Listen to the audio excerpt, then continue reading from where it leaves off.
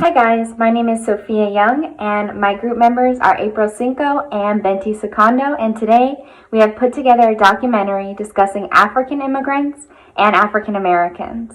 We also have some videos in here that were sent by our friends and family who got to visit this beautiful continent. My aunt actually went as part of a women's empowerment group. It was held by a local organization, and all of the women that stay there are actually HIV positive. The organization helps women who can't support themselves and their children. They teach them new skills. They also help them open up their own small businesses, such as selling their own handmade jewelry. If anyone wants to volunteer, I'll leave the link on the screen. Thank you so much and enjoy our documentary. Globally, over 258 million people migrate for various reasons, such as economic opportunities, education, and more. It's important for the health of these populations to conduct adequate research that provides them representation. Since 1970, the size of the African immigrant population has doubled in every decade in the United States. Despite this growth in migration to the United States, research has not been able to keep up, sadly leaving this population behind. That is why today we will be discussing life expectancy, infant mortality, and disease disparities among African immigrants and African Americans in the United States to try and better our understanding. I would first like to start out by defining some key terms that you will hear throughout the video. Health disparity. These are preventable differences in the burden of disease that are experienced by disadvantaged populations due to factors such as sex, race, and income. Health care disparity. These are differences in processes and procedures done for disadvantaged populations and their differing outcomes. Health inequality. These are unfair and avoidable differences in health that are caused because of differences in groups within a society, such as where we live and work. Health outcome.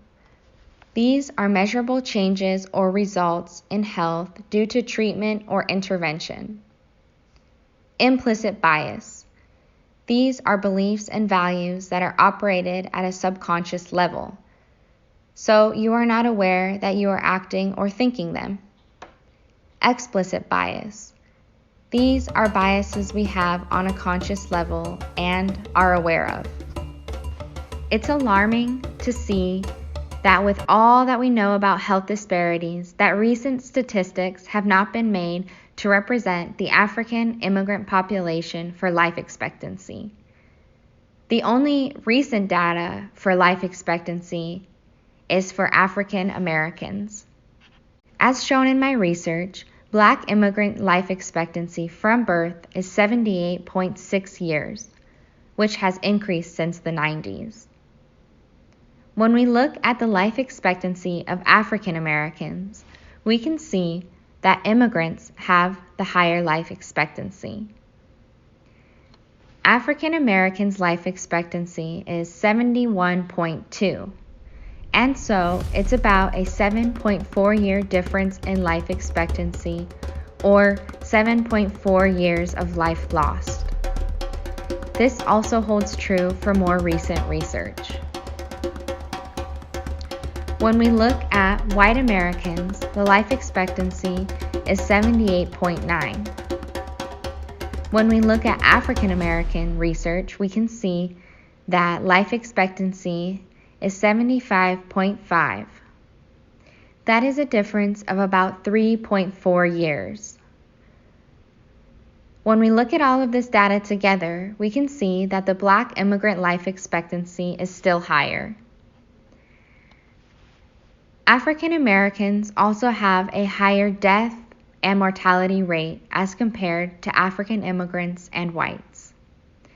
African Americans at ages 18 through 34 had a death rate of 142 deaths per 100,000. White Americans ages 18 through 34 had a death rate of 100 deaths per 100,000. Sadly, that's a difference of 42 lives. For ages 50 to 64, African Americans had a death rate of 1,046 per 100,000. For ages 50 to 64, whites had a death rate of 722. The death rates for African Americans was higher at all ages from 18 to 64. More recent research suggests that life expectancy at birth for all African immigrants tends to be higher than those born in the United States. When we look at African immigrants ages 65, we can see that men had a 5.2-year advantage and women had a 4.7-year advantage to those born in the United States. This was even better than foreign-born whites, whose expectant advantage at ages 65 was 2.8 years for men and 1.6 years for women. There is also a lower infant mortality rate for African immigrant mothers as compared to African American mothers. This is due to added stress or the nutritional differences between the mothers, as different cultures tend to eat different foods. African American mothers are dying at a rate that is 3 to 4 times greater than that of white mothers, and their infants are dying at twice the rate of infants born to white mothers. This was the case even when education and socioeconomic status were the same. There is research that shows discrimination causes heavy stress to the mother and can play a significant role in infant mortality. I also found some more disturbing statistics that showed the average U.S. mother mortality rate at 6 deaths per 1,000 live births. And when we separate this data for only U.S. African American mothers, we see a dramatic increase at 11.7 deaths per 1,000 live births. This is a difference of 5.7 lives. When we look at maternal deaths, we can see that the average for all mothers is 14 deaths per 100,000 live births. As for African mothers, maternal deaths skyrocket to 43.5 deaths per 100,000 live births. This is a difference of 29.5 lives. Why is there such a difference in outcomes? And why are Black Americans seeing worse results even though they are getting more maternal education and more prenatal care than their Black foreign counterparts? This could be due to racism, implicit or explicit bias, but we also have to account for other factors such as diet, family support, biology, and genetics. Infant mortality rates in the United States are also associated with maternal age, maternal health status, education, and many other variables.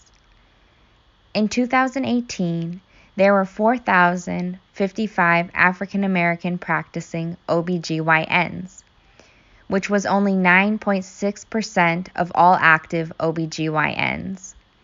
This lack of representation could also lead to some of these health disparities. A website I was reading talked about some mothers' experiences and how they thought that they would receive better treatment had they been white. One mother was not given more pain medication when she was asking for it, and this could be due to bias that Black women and men can tolerate more pain than white women and men. Some of the mothers said that their doctors showed no empathy and went through the motions like robots.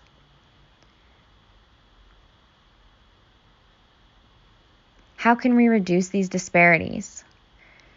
By raising awareness of health disparities, recommending and supporting quality improvements, educating staff on cultural awareness and inclusivity. Now, I would like to talk about the differences in unemployment for African immigrants and African Americans, as the results differ greatly.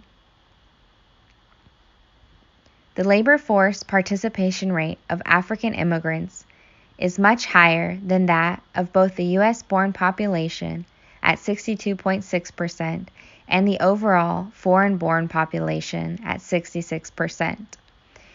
It is also higher than other immigrant groups, including both Asian and Hispanic immigrants. Their rate of employment is far higher than that of the rate of African American employment.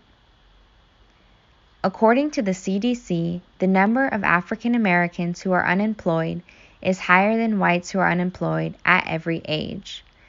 The African American unemployment rate has remained twice as high as the white unemployment rate from 1972 to 2019, as of the data for 2020 hasn't been released. Unemployment can have an impact on mental health and health outcomes in general.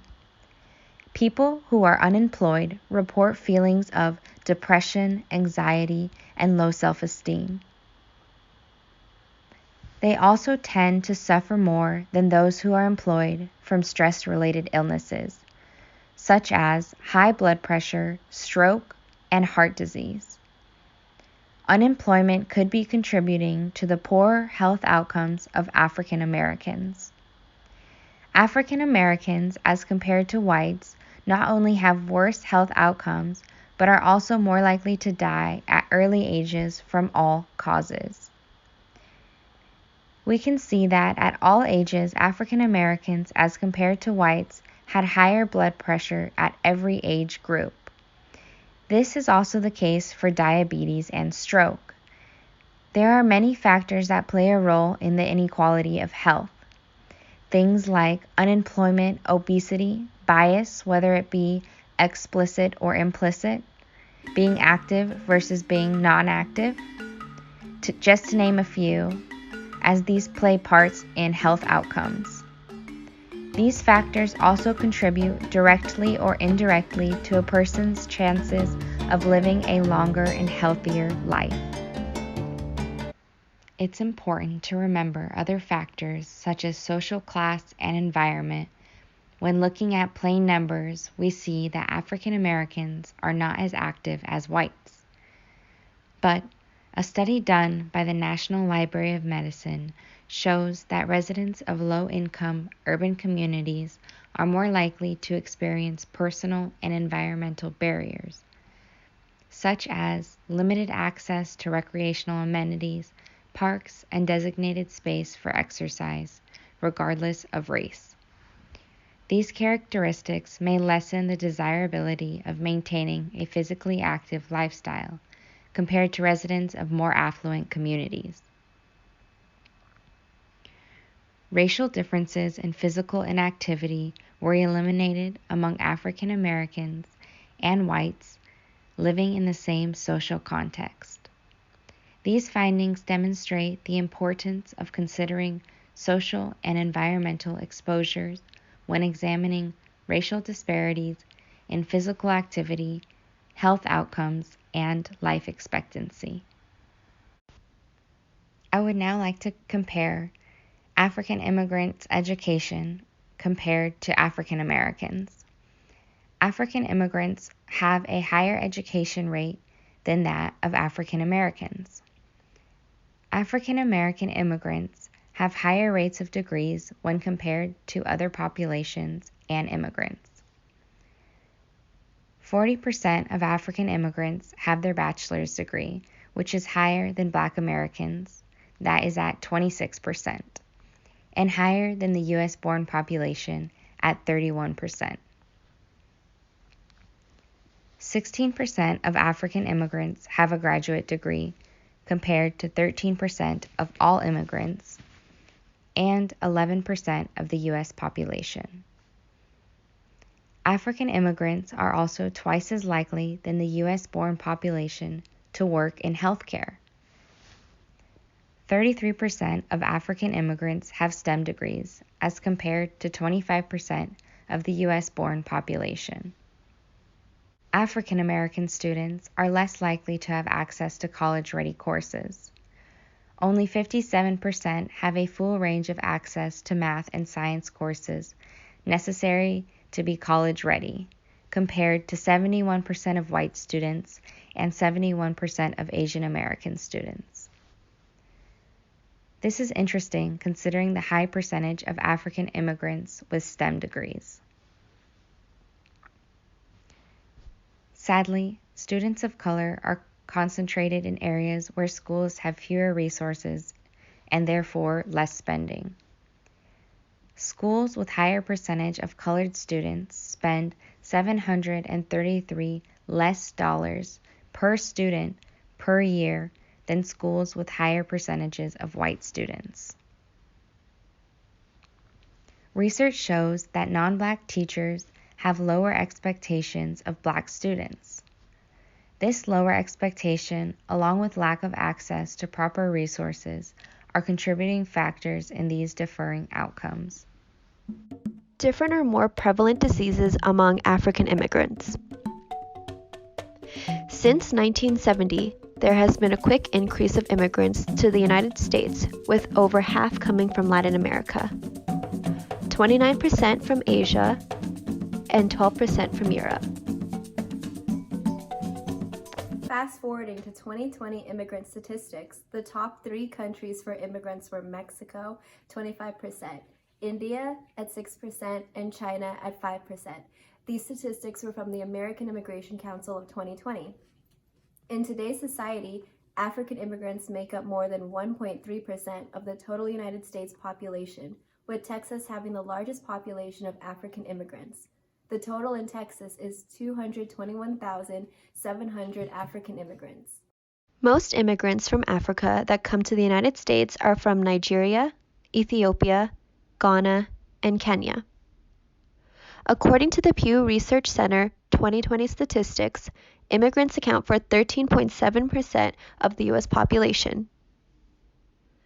A couple major federal data systems can be used to study the health of immigrants in the United States. Some of these data systems include their health coverage, data systems to compare immigrants and U.S.-born citizens, behavioral indicators, life expectancy, and mortality rates.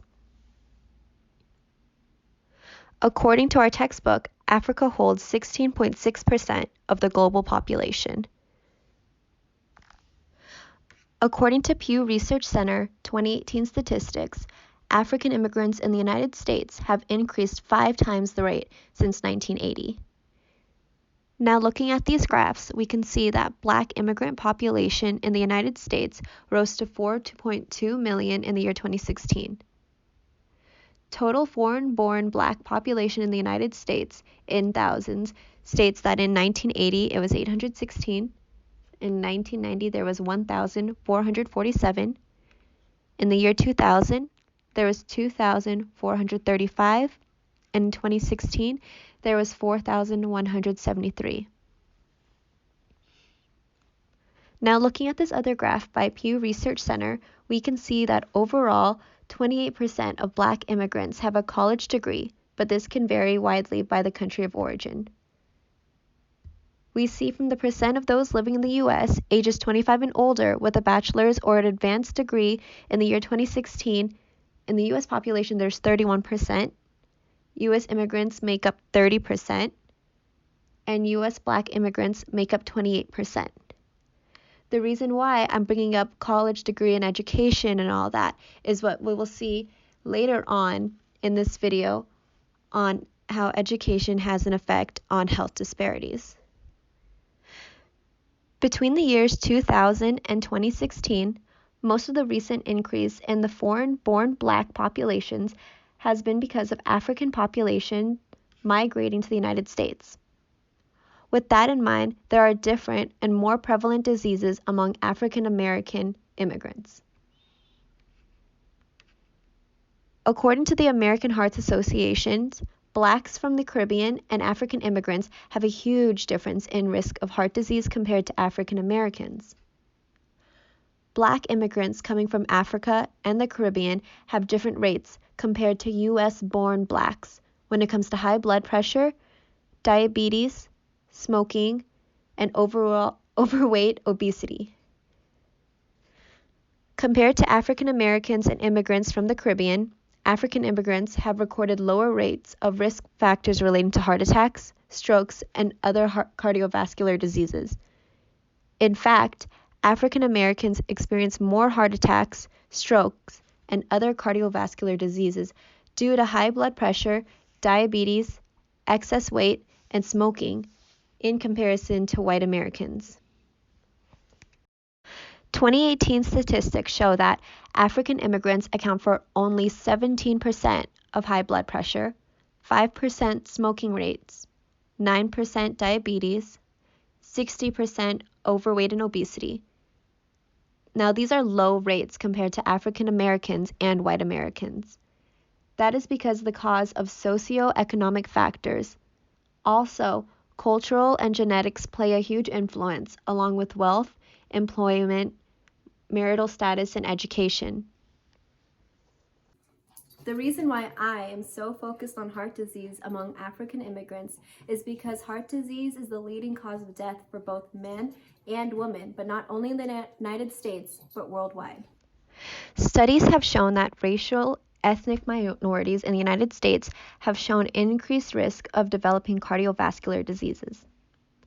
Studies have also shown that African immigrants were reported younger, educated, and employed compared to African Americans. However, African immigrants were less likely to have health insurance. Some clinical implications that should be considered is that healthcare providers should be aware of migration rates and ethnic diversity. Healthcare providers should also take into account birthplace origins and healthcare access when it comes to managing and preventing cardiovascular diseases. Many studies have been conducted as to why African immigrants had lower rates in cardiovascular diseases when they had the least access to insurance. Some researchers in the U.S. News of 2020 have found that culture plays a huge role. For instance, African immigrant smoking rates are only at 5%. This could be from a number of reasons, but mainly I found the cultural plays a huge effect because in their culture, smoking is frowned upon. When it comes to understanding health disparities between ethnic groups, it was very interesting how true of little research I found regarding this population. Most health disparities were comparing African Americans to white Americans. African immigrants were placed within the same group as African Americans for studies. This makes a huge difference in results because African immigrants and African Americans should be disaggregated when it comes to statistics due to differences in culture. However, the lack of studies can also be from African immigrants refusing to participate in group health studies.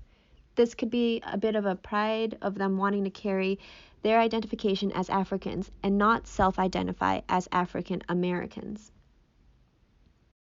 For example, African Americans have poorer cardiometabolic health than white Americans. However, African Caribbeans, African immigrants, and African Americans were all combined for this data.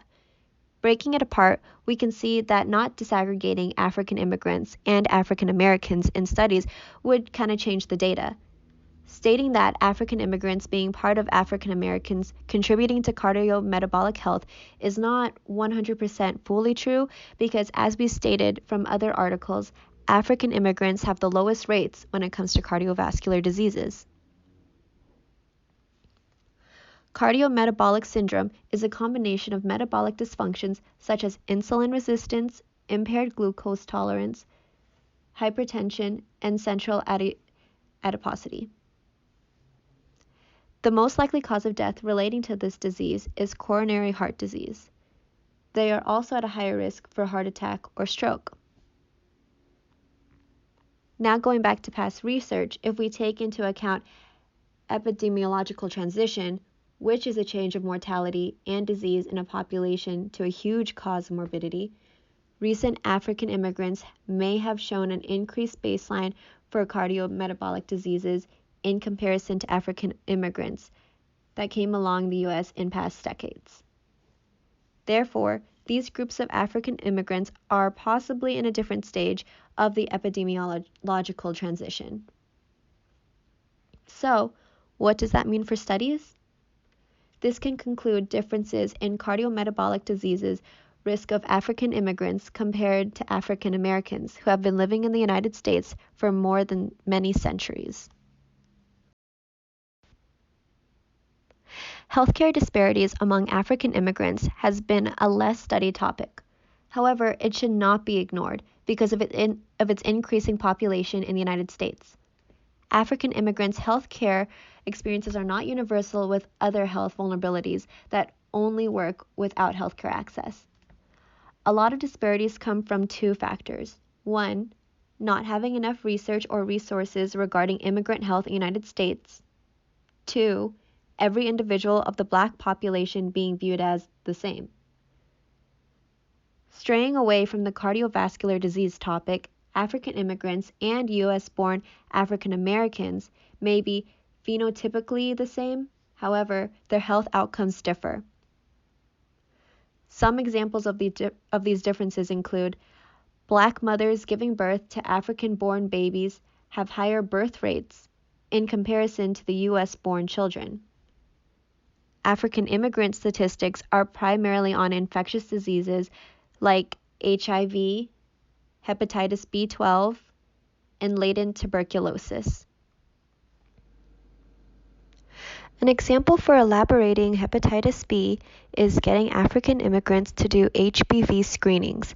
This can be a challenge due to education or financial problems. Sometimes, cultural or traditional beliefs prevent them from obtaining treatment or vaccination. However, it is very important to try to increase these numbers for treatment to prevent cirrhosis, liver failure, and liver cancer. Also, refugees fleeing their countries from political or natural disasters with no access to proper health care exposes them to different health risks. Cultural, religious, and language barriers can also play an effect in African immigrant disparities. In relation to cultural, religious, and language barriers, along with being a less studied population, African immigrants face a lot of problems in mental health. The number one cause is stress. The stress can come from a number of factors such as separation from family they left in Africa, possible trauma from home country, financial troubles, lack of health care, and confusion on how the United States healthcare systems work. African Americans also have problems understanding healthcare providers or being understood by them due to language barriers. Lack of knowledge from both sides of healthcare providers and African immigrants regarding different diseases and traditional health practices can lead to poor care. Although they experience more stress, African immigrants have lower rates of depression compared to African Americans. However, African immigrants are less likely to seek mental health care services due to negative connotation that surrounds mental illness in their culture. According to research in ProQuest Dissertations Publishing 2019, an analysis of dementia risk among African immigrants is higher than white Americans. Studies show that immigrants had poorer cognitive abilities in comparison to native-born individuals. I would like to break down the disparities even further and assess the HIV diagnosis among African immigrants and African Americans in the United States, and most common areas of the transmission category between male and female. The reason being is because African Americans and African immigrants hold the highest cases of HIV diagnosis compared to other ethnicities. According to CDC 2018 statistics, 31% were among both African immigrants and African American men. 11% were among both African immigrants and African American women. 1 in 7 African immigrants and African Americans are unaware that they have HIV.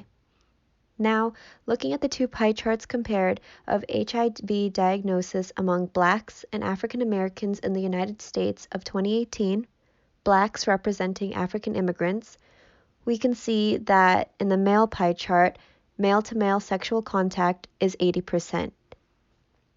Injection drug use is at 4%, heterosexual contact at 14%, another at 1%. When looking at the pie chart for women, heterosexual contact is at 92%, injection drug use is at 8%, and other is at 1%.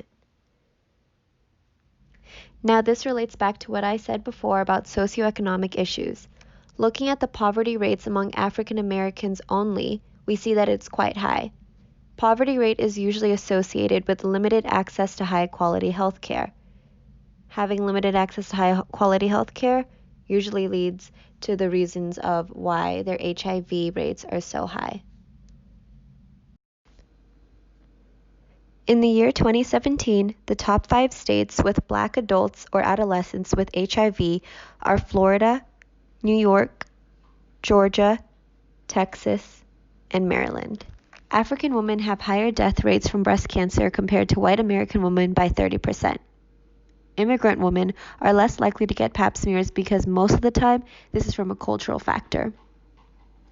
In a more relevant world issue, death rates of African immigrants from COVID-19 hit the most in France. Sub-Saharan African immigrant death rates doubled in France and tripled in Paris. In a perfect world, everyone is treated equally. Sadly, that is not the case. Efforts to reduce healthcare disparities is a step closer to achieving health equity. The United States is made up of over 300 million people of different races, ethnicities, sexual orientation, and socioeconomic status. And of the 300 million, 42 million are immigrants from all over the world, and the numbers have shown no signs of decreasing since the 1970s.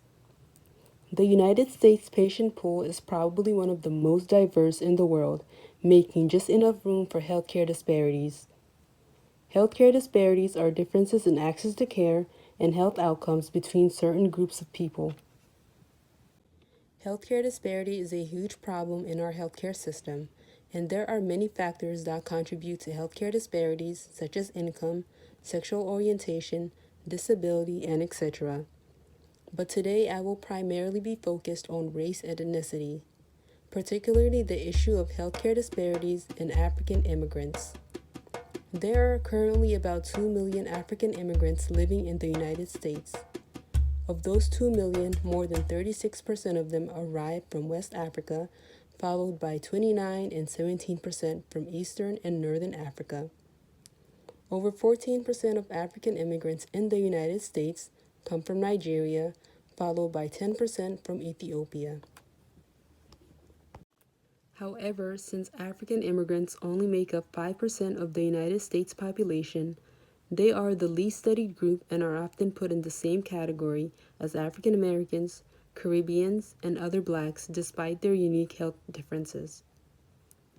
Even though some studies have indicated that blacks from Africa, Caribbean, and the United States all had different rates of high blood pressure, diabetes, and heart disease, their unique needs are often missed due to the healthcare system lack of identity for African patients and black grouping for all people of African descent.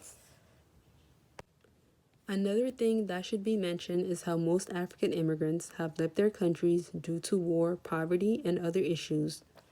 Therefore, they already carry health vulnerabilities. So that combined with language barrier puts them in different position than other people in different groups. With that being said, they do not only experience different barrier when it comes to access to care, but they also attract different biases and discrimination from both white and black providers. One study has indicated that African immigrants feel discouraged to seek medical care because of providers' negative attitudes towards them. Implicit racial bias is something that is deeply rooted in our healthcare system, even by those who strongly reject explicit biases. But before I go any farther, I would like to start out by defining what an implicit bias is. There are many definitions for implicit bias. Corwan Institute defines implicit bias as attitudes or stereotypes that affect our understandings, actions, and decision in an unconscious manner.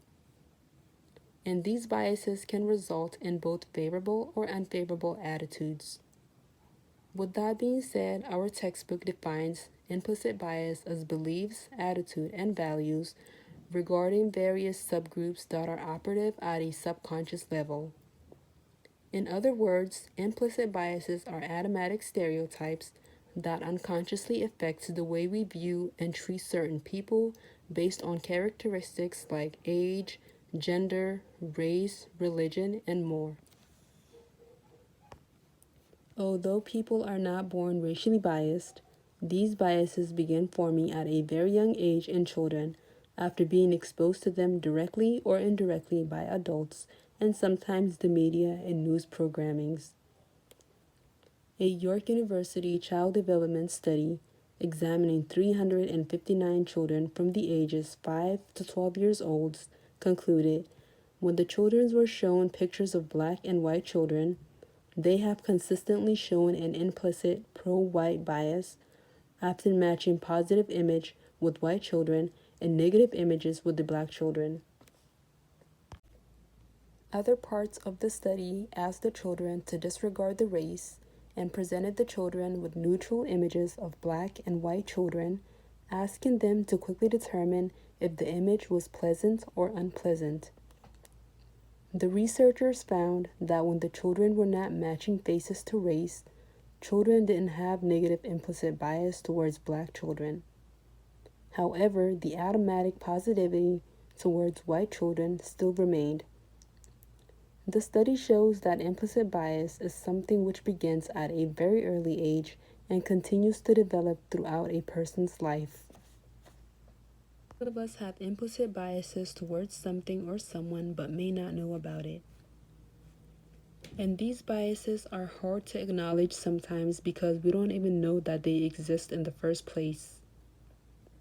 Some common examples of implicit biases are people's preference of men over women when it comes to certain job, straight people over gay people, younger people over older people. And some examples of racially implicit biases are people preferring one race over another, associating a group of black men with criminality, or a retail worker keeping a close eye on a black customer in fear that they might steal something from the store without even realizing that they are doing it. Implicit biases can occur in any and every job field, and the healthcare field is not an exception. Physicians, just like the rest of society, are also susceptible to these biases when caring for minority patients, such as African immigrants. Many recent studies showed the implicit and explicit biases that continues to exist in the healthcare field greatly contributes to healthcare disparities. Even though providers' implicit biases exist in some cases, it does not account for much of the racial disparities in the healthcare field. Explicit biases, just like implicit biases, are stereotypes and attitude we have about certain groups of people and beliefs. The differences between explicit and implicit biases is that while explicit biases is done on a conscious level, implicit bias is done on an unconscious level and are involuntarily activated. Implicit biases are also more common among providers than explicit biases because explicit biases are done intentionally and are directly expressed. In most situations, the patients are able to pick up when providers are being biased towards them and report their bad experiences, which can get the providers into trouble sometimes. On the other hand, while implicit bias is just as harmful as explicit bias, they are much easier to get away with.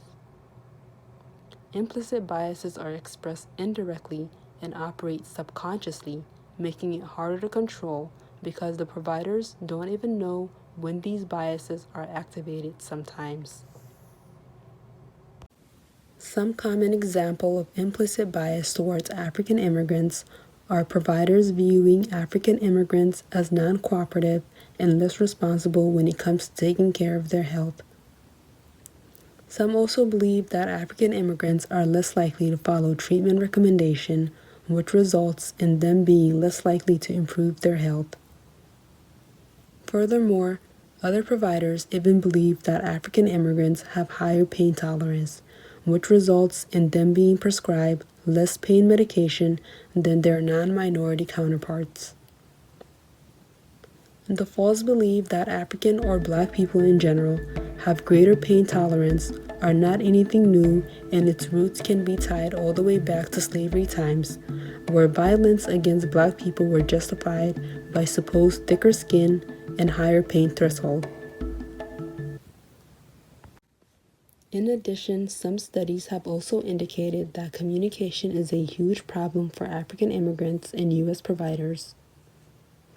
Participants of the study were convinced that their accent and the way that they dressed have often triggered unfavorable attitudes from providers and believed that providers had negative attitudes when interacting with them due to language barrier, lack of patience, and cultural competency.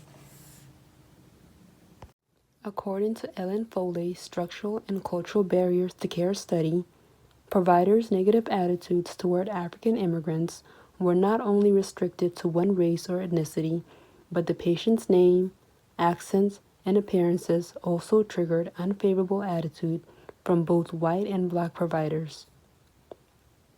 Some African immigrants have complained about having providers whose approaches were mainly derived from uninformed or stereotypical information about African immigrants, which were manifested in the provider's question or comments about the patient's health issues.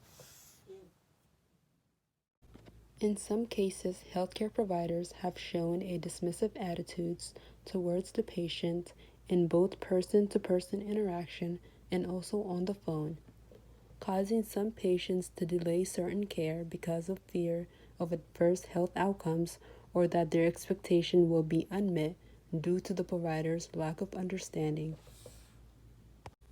With that being said, since African immigrants tend to take longer to seek health care, that can put them at a greater risk of developing more serious problems. In another study, participants described that the way healthcare providers interacted with them made them believe that their healthcare needs and they are considered undesirable and encumbrance by providers, causing them to feel disrespected and humiliated and making their interaction with their providers even more difficult.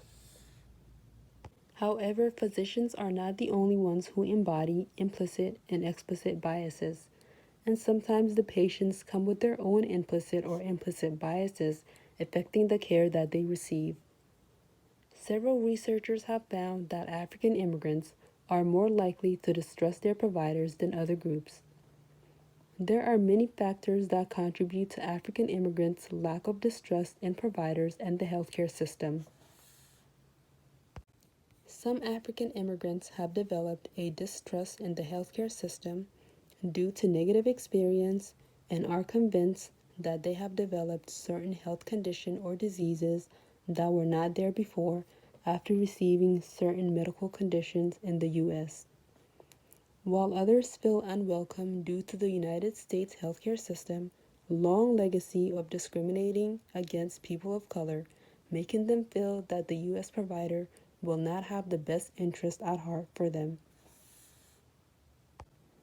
In addition, some patients' lack of trust in the U.S. healthcare system are inspired by the high cost of care and their negative views on the pharmaceuticals industry operational philosophy, and also the side effects of certain medications which can lead to conditions that were absent before. They also believe that pharmaceutical companies were greatly benefiting from the high cost of medication and some of the risks associated with taking certain medications while the public is left to bear the burden. In addition to that, a 2013 study revealed that African immigrants avoided seeking many healthcare services, like cancer screening, due to suspicion that the services that they were going to be given will be more harmful than those received by their non-minority counterparts. Physicians, on the other hand, also argued that African immigrants were less engaged in their health care because they tend to be more hesitant about asking questions and clarifying their healthcare needs. The lack of distrust impacts African immigrants' healthcare experiences in many ways, making it difficult to get them engaged in health intervention programs. Although healthcare disparity is something that will continue to exist for a long time, there are some steps that we can take to reduce some problems. Biases come from a place of ignorance and lack of cultural competency. However, we can limit implicit and explicit biases that are held by both providers and African immigrants through education and cultural competency training. Cultural competency can be defined as the ability of systems to provide care for patients with diverse values, beliefs, and behaviors, including the tailoring of healthcare delivery to meet the patient's social, cultural, and linguistic needs. Cultural competency training is extremely important for healthcare. It teaches providers and other healthcare workers about the importance of having essential qualities like compassion, empathy, and acceptance of patients with different values and beliefs. The multicultural makeup of the United States also makes this training crucial. Because healthcare workers come across many patients of different races, cultures, and religious backgrounds, the patient pool in the United States is very diverse, and as a provider, it is important to be able to relate to patients on a personal level. This training is also important because it would bring more awareness to healthcare biases so that providers can recognize it and reverse it when they find themselves in a situation where they are implicitly being biased towards a patient. More importantly, this training would not only improve patient-provider engagement, but it would also improve the patient's satisfaction.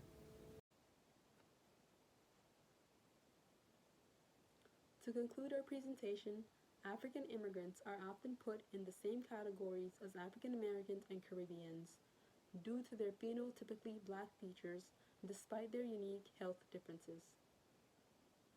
The lack of identification combined with other factors like the patient's religion and cultural beliefs and the implicit and explicit biases that still exist in the healthcare system often put African immigrants at a higher risk of experiencing healthcare disparities. Although they share the same racial status, they experience different health outcomes. For example, some diseases are more prevalent in blacks who are born in America than blacks who are born in Africa or the Caribbean. When it comes to healthcare, it is extremely important to look beyond skin tones. Categorizing all foreign and native-born blacks together conceals important health differences. So disaggregating black immigrants by the region of their birth will give us a better understanding of their healthcare needs. Some steps that can be taken to better improve and better understand the health outcomes of African immigrants are to 1. Overcome the lack of information. African immigrants are the least studied group, so going out to their communities, talking to them, making more services and programs available to them would definitely help. The stigma is also one of the main reasons why many people don't seek the healthcare that they need. So stigma reducing educational campaign would be highly effective for African immigrants. And most importantly, cultural competency. Providing cultural competency training for all healthcare workers would enhance their ability to value diversity.